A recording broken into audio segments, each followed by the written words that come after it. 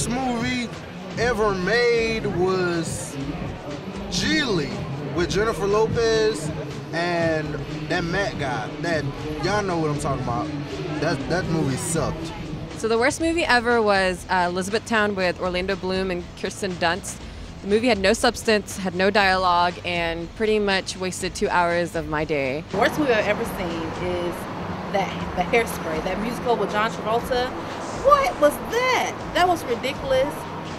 It was disgusting, and it was bad acting. The best thing about that movie was the end. Worst movie ever was Cloverfield because it was just stupid. Like, just watching the movie, you didn't know what was going on, you didn't know what was going to happen, and at the end, you still didn't know what happened, so therefore it was pointless. Also, the handheld camera, come on now, they could have came up with a better idea of having a narrative, holding a camera. It was just dumb. I didn't know what was going on. He was trying to save the girl. Was it romantic? Was it action? I don't know what's going on. It was just the worst.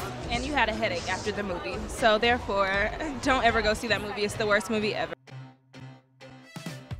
What's the worst movie that we've seen lately, Norman? The worst movie has to be this movie called The Room. The Room. That's Yeah. It's so bad, it's awesome. Terrible movie, you have to go see it. Yeah, and by the way, the lead actress looks to a T like Courtney Love before she started getting plastic surgery. Miss March was a terrible movie. It had absolutely no plot line, the character development was horrible, and I believe it should be not in movie theaters. Okay, the worst movie I ever saw, I think it had to be Zodiac. It came out maybe a couple years ago. It's based on a true story. It's supposed to be a horror story, but I didn't like it because at the end of the movie, they never found the killer. In fact, they're still looking for the killer to this day.